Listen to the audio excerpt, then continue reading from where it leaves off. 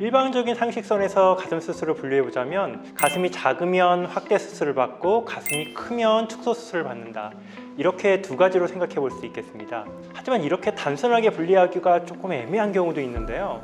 가슴이 그렇게 큰 것 같지는 않은데 유독 처짐만 두드러지게 있는 경우에는 내가 대체 어떤 수술을 받아야 하는 건지 좀 헷갈려 하시는 분들도 많은 것 같습니다.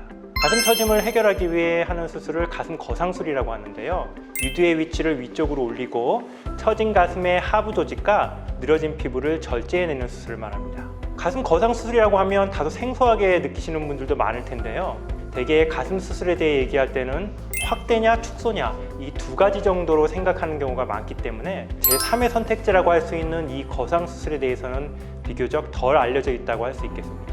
이렇게 가슴이 그리 크지는 않지만 처짐이 있는 분들 중에는 거상 수술을 고려하는 분들보다는 확대 수술을 선택하는 경우가 훨씬 많은데요. 아무래도 보형물을 넣는 확대 수술이 매스컴이나 소셜미디어 등을 통해 널리 알려져 있기 때문에 이에 따라 가슴 수술의 대명사처럼 여겨져 왔기 때문이죠. 환자분들 입장에서 볼 때는 확대 수술이라는 용어가 좀 더 친숙하게 느껴지실 텐데요. TV나 인터넷 등에서 많이 보고 듣다 보니까 왠지 확대 수술은 남들도 다 받는 간단한 수술인 것 같기도 하고 뭔가 좀 더 가벼운 마음으로 쉽게 수술을 결정하실 수 있는 것 같습니다. 하지만 상대적으로 이 용어 자체도 익숙치 않은 거상 수술을 받는다고 하면 뭔가 진짜 위험한 수술을 받는 것 같기도 하고요. 또 아프거나 흉터가 남지 않을까 하는 걱정도 있어서 선뜻 수술을 선택하기에는 꺼리는 경향이 있는 것 같습니다. 또 가슴이 처진 분들 중에는 이런 식으로 생각하는 분들도 많은데요.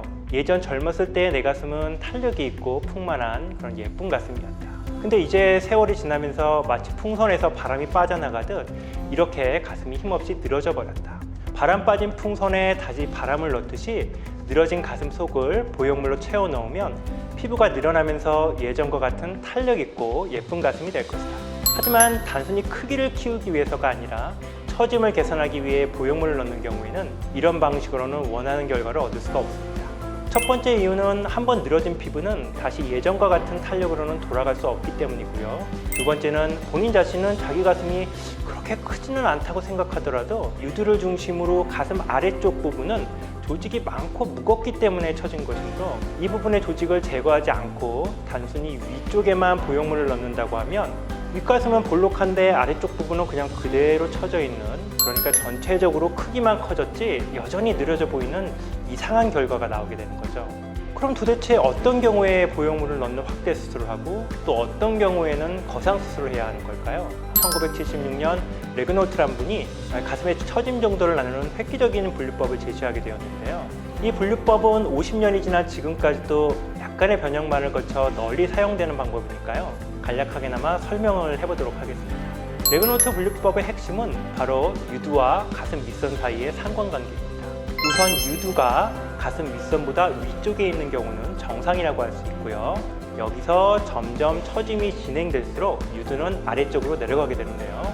이 유두가 가슴 밑선과 동일한 높이 정도까지 있는 경우를 처짐 1단계, 유두가 가슴 밑선보다 더 아래까지 내려온 경우는 처짐 2단계라고 나눌 수 있습니다. 결론적으로 말해 유두와 밑선의 상관관계가 정상이거나 1단계 정도의 경미한 처짐이 있는 경우에는 확대 수술만 시행하는 것도 가능하겠고요. 이런 경우 약 2cm 미만의 정도로 유두의 위치가 살짝 올라가는 것도 기대해 볼 수 있겠습니다.